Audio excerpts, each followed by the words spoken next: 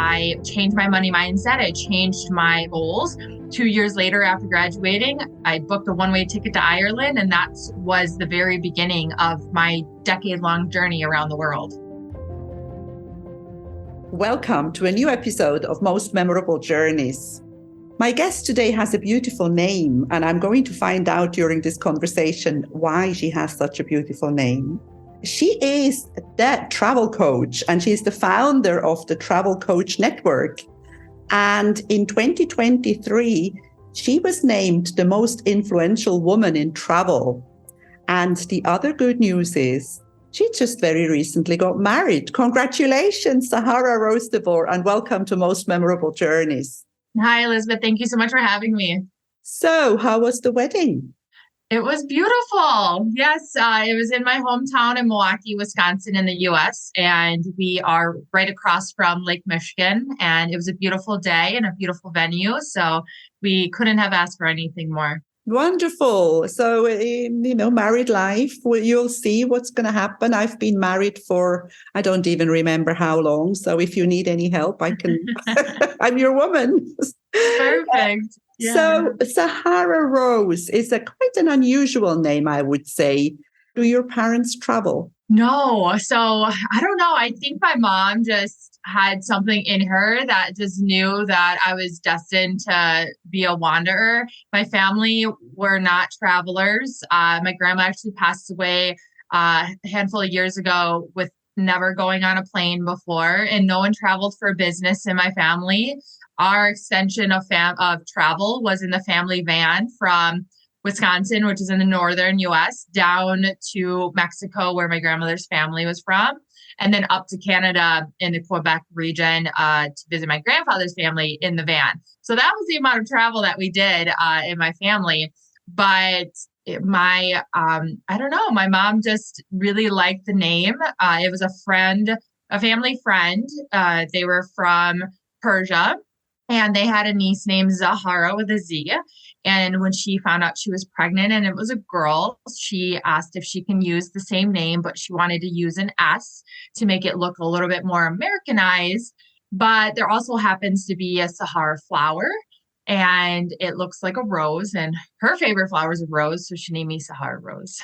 That's beautiful. What a beautiful name. And it's also easy to, because you do travel a lot. And when I named my children, because I was a tour guide when I was young for 11 years, and I wanted to make sure that my kids like to travel. And I wanted to use names that can be used anywhere in the world. And my kids are called Natalie and Alexander. And that's, wherever you go, people will understand. And I think it's the same with your name. It's practical as well. So your mom did you a favor without even realizing it when she liked that name.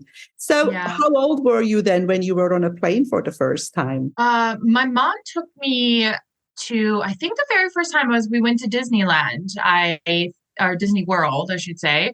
And that was the very first time going on a plane. And my mom was a single mom, and I'm an only child. And so we didn't have very much money when we were younger. And so whenever my mom was able to save up, we could go on a trip. So I remember we also went to Colorado with her friends and went skiing. So there were some domestic trips when I was little, but it was kind of that same stigma about travel, which is you have to save a lot. It's quite expensive. You can only go a couple times a year. So I grew up travel was never something I thought that I could do on my own and travel the world. And also I never left the States other than Canada and Mexico. So I didn't know until I got older how grandiose this world is and how many beautiful places there are to explore. Yes, but years ago, let's say, I sometimes forget how old I am, but let's say like 30, 40 years ago, people only traveled once or twice a year. I mean, people who traveled twice a year that was already quite the luxury. You went on holidays once a year and that was fine. Mm-hmm.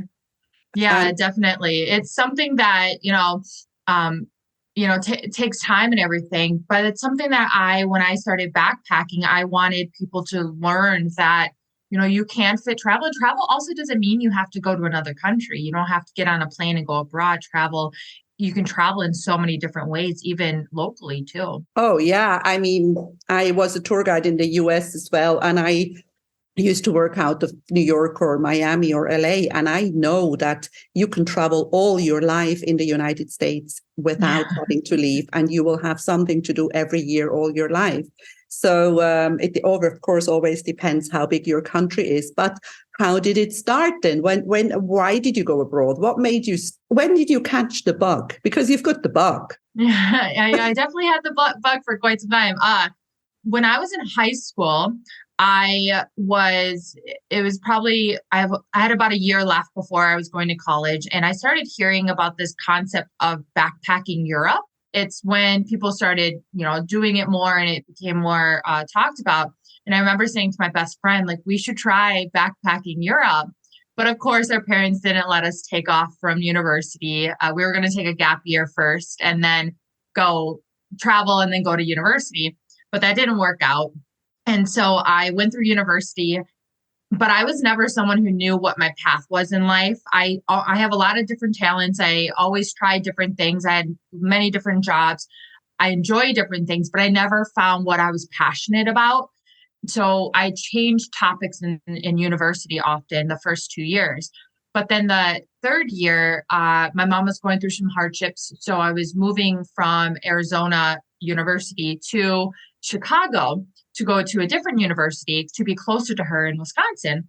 And I had a very little window of time to find a new school to go to. And I came across a tourism and hospitality program at a university called Roosevelt. And I said, travel, that sounds great. Who doesn't want to learn about travel? So I applied and I got in. I moved to Chicago, and it was a 2-year program. And it was within that program that I was really exposed to all the different things that were existing in this world to go and explore. So there were many foreign exchange students in my classes, and I had never been really exposed to that. And I had heard about how easy it was to travel throughout Europe and Asia and all these different countries people had been to. And I remember sitting in that class and being like, I had this fire within me. And I said, I'm going to go travel. I'm going to go travel the world. I'm going to do it by myself. I don't know how I'm going to do it. I didn't have money. I was broke. I was living in an expensive city and paying for university. I changed my money mindset. I changed my goals. 2 years later, after graduating, I booked a one-way ticket to Ireland. And that was the very beginning of my decade-long journey around the world. So Ireland was the first country, apart from Canada and Mexico, was the first country abroad. Yes. So I chose Ireland because I was going to do Western Europe. And at the time, my mom had a friend who had a friend living in Ireland. And I thought might be a nice cushion in the very first place I'd been to by myself to have someone there to show me around. So I chose Ireland, but also it was further out and I wanted to work towards the mainland and then go back out and fly out of England. So kind of did a loop around, and I chose Ireland, and it feels like it was yesterday, but also feels like it was so long ago. And that was in 2010. That's 13 years ago. So a lot has happened since. So did you go to Ireland, absolutely. to England, and then you went back to the US, or did you continue? So I thought that after I went for a month and a half because I bought a Eurail pass at the time, and it was good for a month and a half. And I thought that after that trip, I was going to be good with my travel fix. I thought I was going to come back home and figure out what city I want to live in, what job I wanted to have, what company I wanted to work for. But I knew in my heart that doing that was not going to make me happy. I didn't want to sit in an office, and I didn't want someone to tell me when I could take a vacation or not. And I really liked how I felt traveling, that sense of freedom, the sense of like what I was learning. And I came back home for the holidays, and I bought a one-way ticket to Costa Rica, packed a bag, and went for 2.5 months in Central America. And that, I think after that, I just realized this is what I want to continue to do. And so I kept doing that. I'd come back home, see my mom, repack my bag, then go to Asia. And then but I would always buy one-way tickets. I never really knew when I wanted to come back. I didn't know exactly where I wanted to go. I just wanted to keep on going. At some point, when you just travel all the time, you run out of money. So you must have had an idea of how to finance this hobby. And I can tell you something else, because I was a tour guide when I was young for 11 years, and I was a conference interpreter. and you will never heal. That bug will stick to you forever, and it will Mhm. always come back. So what did you Yeah. do to finance your travel?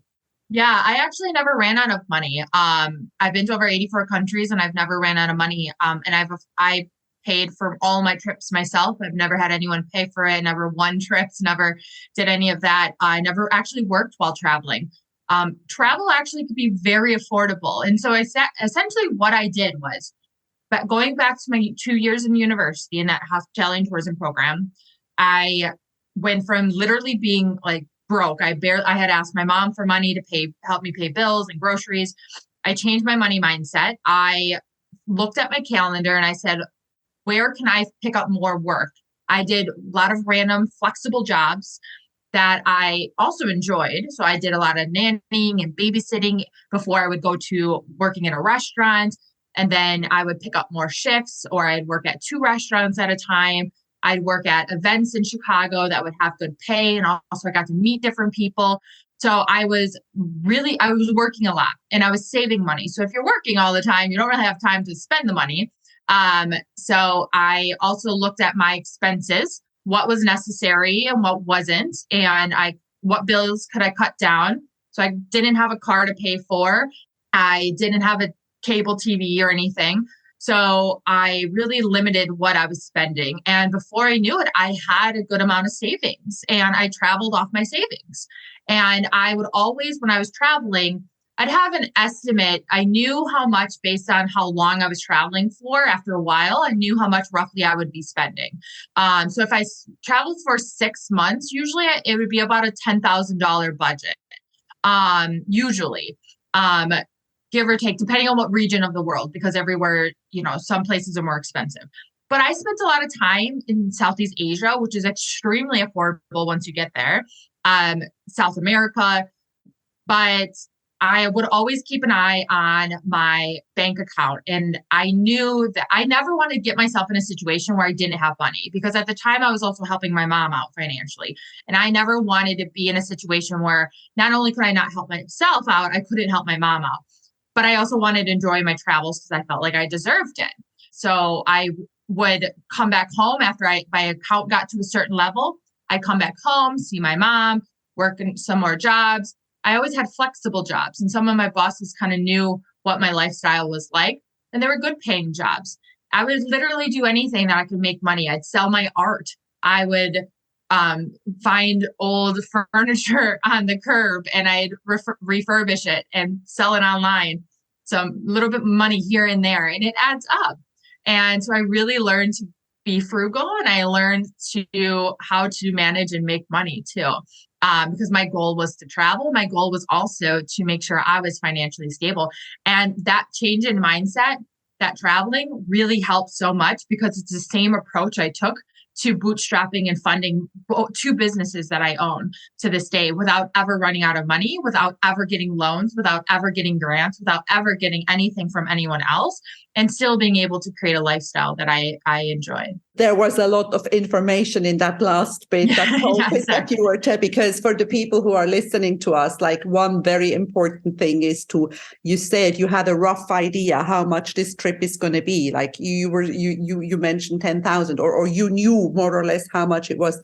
And the other very important thing is that you kept an eye on your bank account, because it's very easy to, just go with the flow, and then suddenly you are somewhere and there isn't much left in that bank account. So at some point, though, you decided to pass on your knowledge. You decided to use all this knowledge that you had gathered and to become a travel coach. Because, to be honest, before I met you or before I heard about you, I didn't actually know that there is something like a travel coach. So what does a travel coach do? Yeah, well, I'll share first, how I even came across travel coaching and why. So even though I had a degree in hospitality and tourism management, I knew about all the different options there were in the travel industry and hospitality industry. None of them interested me. I didn't want to work in hotels. I didn't want to be a flight attendant. I didn't want to plan and book trips and be a travel agent. And then over the years, when I started traveling, I traveled during a really prime time, starting in 2010 to 10 years later. And there was a lot of change in the industry. There was a lot of technology. There was a lot of social media growth that also influenced jobs. So travel influencers, bloggers, travel writers, and more.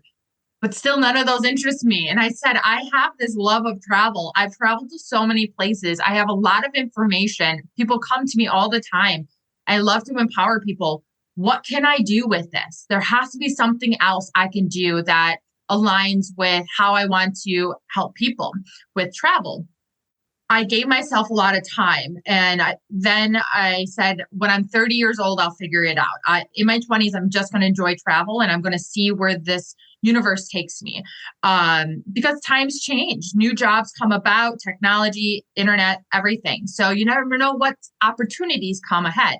So I turned 30 and I said, okay, now I got to figure this out. And since I didn't find anything, I have to, I guess, create it myself.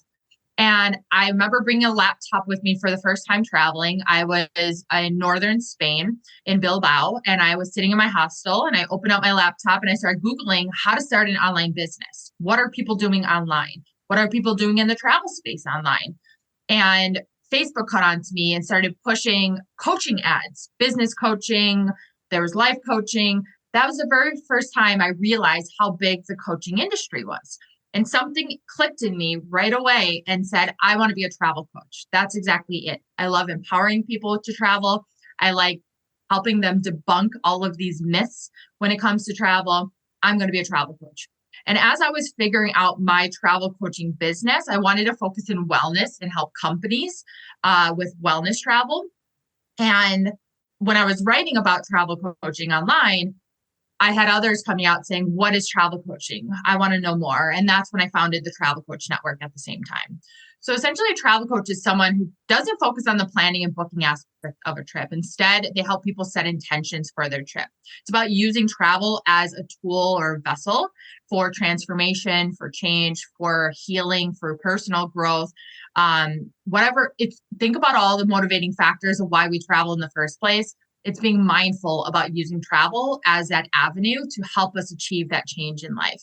That could be for our personal life, our professional life, our relationships, our well-being, and more. So it's just, helping people with those intention setting. And then within that, there's a lot of travel agents who are travel coaches as well. They combine travel coaching. So people do plan and book trips too, who are travel coaches. It's really grown tremendously, especially over the past few years. Wow. I am in awe now because I'm a life coach. I trained to be a life coach, and I should be a travel coach. I just, because, as I said before, we do many things in our lives. I did many things in my life, but I have only one big love, and that is travel. And as I said, it will never go, no matter how old you get. Two things I noted while I was listening to you. You said before that you changed your money mindset. Now, the people who are listening, would you be willing to tell us how you did that? Yeah, absolutely. So, like I said, I grew up with a single mom, and we didn't have very much food. We had to eat at my grandparents' house, who were my babysitters. If we wanted dinner for the night, we would often go to, I'd had secondhand clothes. I grew up thinking that I had to hold on to every dollar, every cent that I had, because we didn't have enough. And it was really hard for me to not do that, to carry that on and to change that. Luckily, I learned the value of a dollar and how to make a dollar stretch. But with that said, because I was able to travel on a budget, I knew how to balance what I had and get to where I was trying to go based on how much money I had. But to change my money mindset, even into business, it was a process. It's a journey. I had to realize that money will come back to you, and it's just a form of energy. So instead of holding it on and having to hang on to every dollar, I had to learn to invest. So just like traveling, I was investing in myself. I was investing in my mental well-being. I was investing in my personal growth. Same thing in business. I had to invest in my business. If I wanted my ideas to come to life, I needed to invest in whether that's technology to help me get there, whether that was marketing, whether that now is my team, TCN team. I had to invest, and I it's still a process to learn that, money comes in and money comes out. But knowing that you always have enough money, I always tell myself that I have more money than I'll ever need, and money will flow to me in abundance, because we feel like I can't spend this money because I don't know when I'm going to get it back again. But if you shift these little make these little shifts in your mindset, the universe will show you that it will come back. If you put in that time, that energy, and you truly believe in what you're capable of and what you are worthy of, it will come back. So just like traveling, who knew that this broke college girl who had no money could travel to 84 countries without ever running out of money, and then form 2 businesses on her own? Like, I'm proof that anyone can do it if you shift that money mindset, knowing that you will get money and that you can manage the money that you do have in smart ways, and taking risks with it sometimes too. But again, it's all a process. It's all a journey. It's not something you change overnight. I still have little habits, which I'm actually very happy of. I'm very thrifty. I love going to thrift stores, and, I still love to sell little things that I have to make money. So I find where I rather have money put, versus, I'm not a big materialistic type of person. I'd rather have money in my bank account, because that would either go towards my business, or, I would donate that or something like that. You have to have a different perspective on money too. And that's the same thing for people who want to travel and feel like, I don't have money to do it. I'm pretty sure you have money to do it, or you can find the money to do it. It's just that motivation and that mindset around it. And everything in life is up to you. You can do anything, you can make anything happen, but it's all up to you. Amazing, amazing. It's moving from a space of scarcity to a space of abundance. And when you're in a space of abundance, you know that there is always enough. And I think it's also important to know that there is enough for all of us in this part of the world. And of course, you have traveled to parts of the world where things are a little different. We're not everywhere. And I think that's where also this feeling of gratitude comes in, understanding how blessed we are.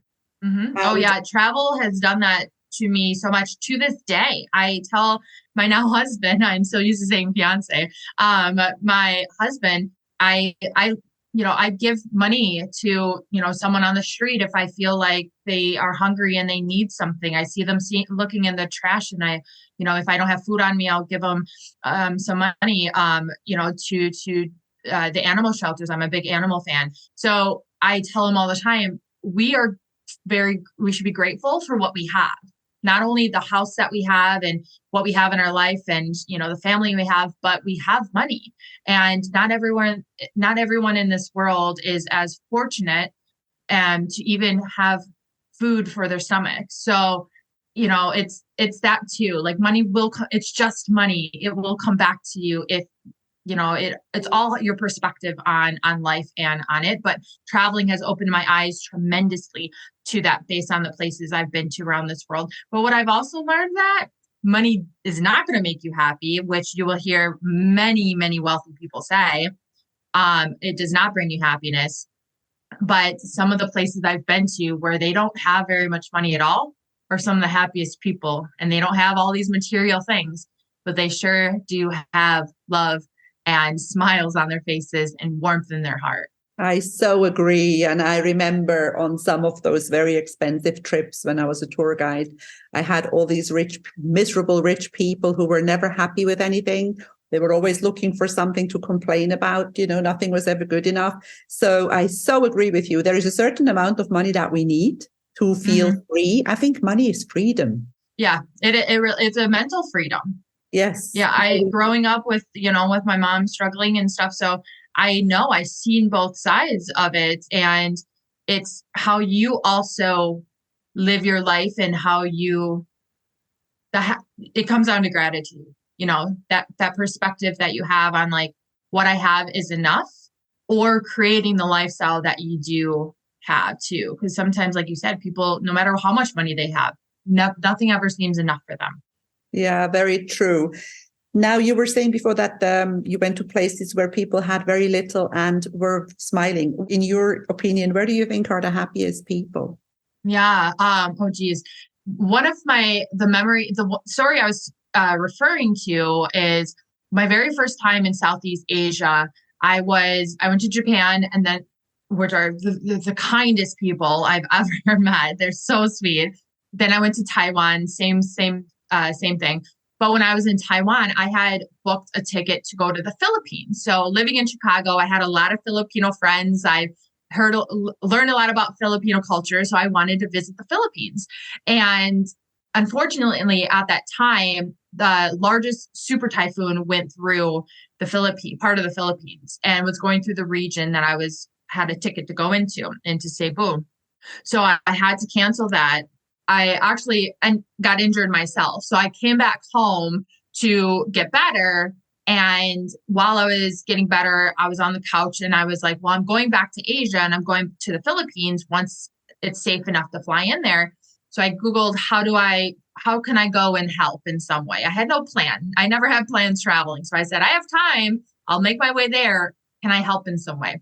And I came across a global group of volunteers, and I don't remember how I found them, but they said, yeah, here's the directions on how to get here. So I flew in, and it was a long journey to get there. I had to take a ferry over to an island called Bantayan.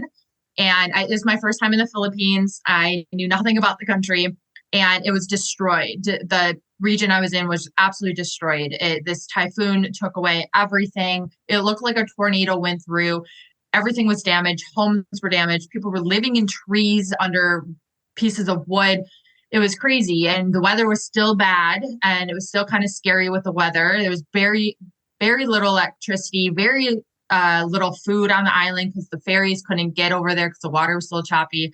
So I was living on this island with this group of people and the locals that lived there. I stayed there for a month, and you would think that they would come needing things from us, like food, like everything. Instead, it was the complete opposite.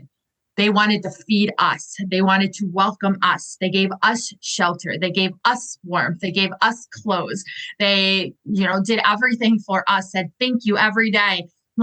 I'm like, what did I do? I didn't do anything yet. They're just like, thank you for being here. And so a lot of the volunteers ended up living there for years and became part of the families. And I ended up going back 2 years later to the same exact island to go revisit and see how it was. And those people were so resilient and rebuilt and were stronger than ever. And now there was tourism. So now they had more jobs and they were making money. And they were just the happiest people. Even before the very first time I went, their smiles, the kids were just running. They, lost all their school uniforms. They were going to school in pajamas. I gave one kid my backpack because he didn't have a backpack anymore. They were just so happy. And I have so many pictures of just smiles on their faces. And these are people who had very little to begin with. And now that was taken away and they were still happy and grateful and giving and everything. So it really puts life in perspective that we don't need stuff. And the stuff that we do have, we should be so grateful for what we do have. Even the dollar that we make, I've been to countries where they make such little money and they work so hard. And how easy is it for us to make money and how lazy we can be to make money? It's not fair sometimes, So it's what we learn through travel and how we apply that to who we are and the life that we have. Wow. I love that it's the Philippines, because the funny thing about my podcast is that I'm also the director of the Global Women Club Cyprus, and we have a club in Manila. And Manila is my absolute favorite club because of that, because they are so welcoming. Of course, yeah. I only see them on Zoom because it started during COVID. But I met a man, a singer from the Philippines called Jose Marichan, who actually sings mostly Christmas songs. And he is probably the most famous singer in the Philippines. And Christmas starts in September, and his songs are played in the malls and at the airport as of September. And it's my episode with the most downloads. Oh, wow. Yes. Yeah. So it's Oh, all that's sweet. connected to the Philippines. So this is a shout out to all our friends in the Philippines who are listening to this I episode. know.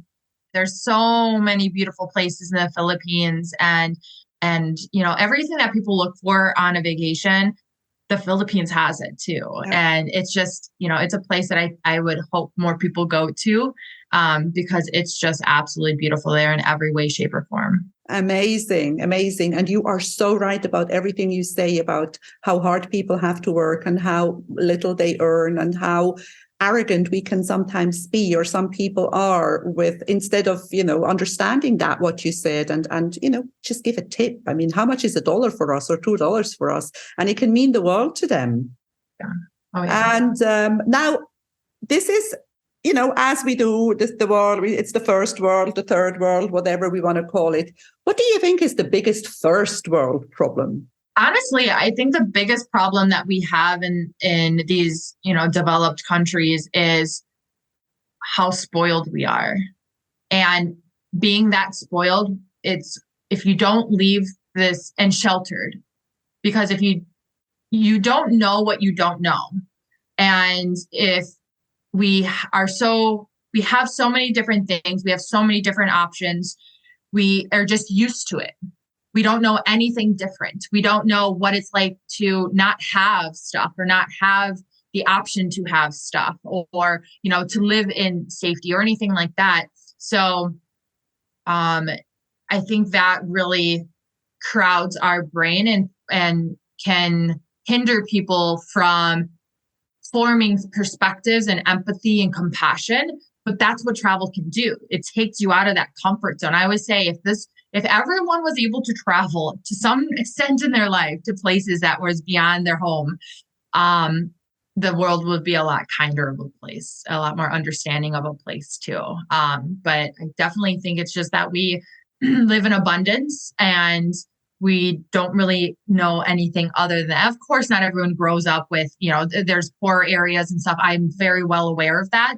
But even those situations, we are still pretty blessed for what we do have, based on how regions of this world can be and the lifestyles that some people have in this world. We at least have our safety, we have our health, and not everyone has that. Yeah, that's so true. And if people traveled more, or as you say, if everybody had the opportunity to go somewhere, there would also be a lot less racism, for example, a lot more, because so many countries are it's just propaganda. They are just wrongly explained and full of so many nice people. And just because you listen to the news, and the news, I think fear is a big factor. And Oh, yeah. The comfort zone, as you say, you mentioned the word, the comfort zone. And the comfort zone, in my opinion, is the place where our dreams go to die. So if somebody is listening to us now and, like maybe, I don't know, 20 and never left the US or their country, wherever they are, and they'd like to, but they don't have the courage, what would you tell them? Well, this is a very easy plug for me, and I'm not necessarily trying to plug this, but I did put everything that I do talk about and encourage people and have done myself throughout my 20s traveling into my book. My book is called Hey, You Just Go. It's on Amazon. And so it has every single budget tip and trick that I use and technique that I use to be able to find affordable travel and to make the dollar stretch, but also how to make money if you want to travel, how you make money at home. Literally everything that I did, I put into this book, because people always ask me all the time. But honestly, upon that, I would say, set a goal for yourself, and don't depend on other people. Too many times people, especially if they're young, they listen to the outside noise of it's not safe, you can't go by yourself, or you don't have enough money to do that. You can, and you do. So set a goal for yourself. If no one wants to go with you, Perfectly fine. You will make more friends around this world that you probably have in your hometown. I know I do. You will always find travel buddies. You will always meet incredible people. You will never actually be lonely. This world, you're always surrounded by people. If you are not sure how you're going to be able to afford it, do some research. There's so many different people out there with different resources on how places to go to make your dollar stretch, and budget tips and tricks and hacks and everything like that. The internet is full of it. And anything is possible if you want to make it happen for yourself, but you have to have that fire within you to want to make that happen. And I had that. And I didn't care what anyone said. I didn't care what society said that I should do after university. At that time, I didn't care that my mom wanted me to work for a company and climb the ladder and get a good title. I mean, she's just as proud of me now of what I've created on my life. And I wouldn't be where I am now if I hadn't traveled. And so do yourself that favor and just try it. Just try one trip, set, a start and an end date, and see what it does for you. And not everyone's an avid traveler. Not everyone wants to be a global backpacker. I totally get it. It's not for everybody, but traveling really can transform you even in one trip. So, take that leap and don't just say you're going to do it. So it's called Hey, You Just Go. We're going to put the link in the show notes, and I'm going to get it too because I'm curious what you wrote. Thank you. I had a blog when blogging started to let my mom know I was alive in different countries, because that was the only way I could communicate early when I first started traveling. And I would track the analytics on Blogspot. And I had 2 most popular blog posts, and they always were about how to travel when you can't afford it, how to travel the world when you can't afford it. And I turned that into my blog. Fantastic. We're already very far in time, far close to the end, but you just got married now, and it's not you anymore on your own. So what's going to happen now? What's going to happen in the future? Yeah, well, I mean, I'm so glad that I did all the travels that I did when I did it, because I'm just in a new phase in my life. Not only am I running 2 businesses for the past 5 years, and a little bit of overlap was traveling while doing that, but now I travel for business. I travel for conferences. I travel for meetings and for events. And then I travel now with my husband. We try to incorporate, I'm doing a lot more domestic traveling because I didn't do that before. It was always easier and more fun and more affordable for me to go to another country. But now we're doing a lot of domestic traveling, and we have a little one on the way. So soon it's going to be 3 of us, going to explore different places. And I'm also in a place in my life where I want to share that with someone. I want to take in those memories. It's not about fulfilling me anymore. It's about now nurturing our relationship and having new memories and exploring this world together too. Wow. So there is a new little traveler on the way. Yep. So there's been a lot going on. So wedding this Saturday, and we have a little one coming in December. So we're gonna have a little Christmas baby. December. I was born on the 26th of December. It's the worst day of the year. Don't give birth on the 26th of December. I will try not to do that. Nobody's interested in your birthday. Do it on the Christmas day. Then you can at least say it's my birthday as well, and it's Christmas. Well, the baby is due, as of now, the baby is due Christmas Eve. Oh, wow. That sounds good. Good enough. And in case it is on the 26th of December, I'll be the godmother. There you go. Yeah. It's been an absolute pleasure, Sahara Rose. Also about the Travel Coach Network, we'll put that link in the show notes, and everything else that I have found out about you. And I really, really want to thank you for taking the time to be on Most Memorable Journeys today. Wonderful. Thank you so much, Elizabeth, for having me.